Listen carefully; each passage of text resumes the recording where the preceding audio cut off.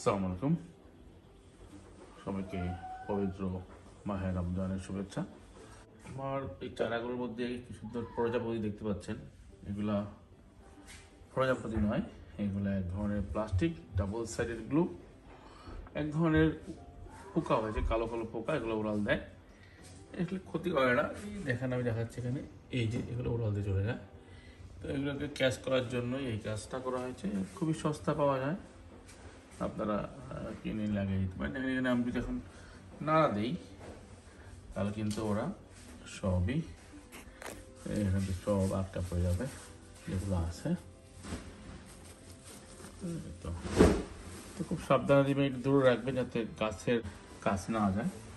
এগুলো পাতা খুব স্টিকি, পাতায় লাগলে পাতা নষ্ট হয়ে যেতে পারে। এই এখানে একটা উঠতেছে, এই তুমি ঠিক এরকম দেখেন স্টিকি এক পাশে ইয়ে আছে, এটা খুলে দিলেই তো এই পাতা যেন না লাগে, লাগলে কিন্তু খুবই ক্ষতি হবে, কারণ পাতাটা বা গাছটা সহ নষ্ট হয়ে যাবে। একটু সাবধানে দেবেন, একটু দূরে দূরে দেবেন। আপনি ইনফ্যাক্ট আপনার এই ট্রে গায়ে লাগাই দিলেও সমস্যা নেই। এই যে আমি এভাবে লাগাই দিলাম, দেখেন রেখে দিলাম, হয়ে যাবে ইনশাল্লাহ। ঠিক আছে, খুব সহজ একটা জিনিস, সিম্পল, বাট অনেকে ভয় পাচ্ছেন পোকা হয়েছে, ভাবলাম এটা করলেই হয়ে যাবে। কিন্তু দেখবেন যে কালকে সকালে পোকা সব আটকে গেছে।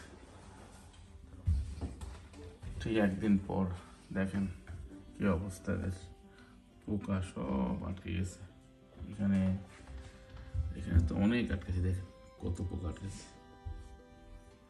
এই তো আজকে কোনো পোকা দেখছি না, একদিনেই খতম। আবার হবে, হলে তখন আবার এগুলো আছে।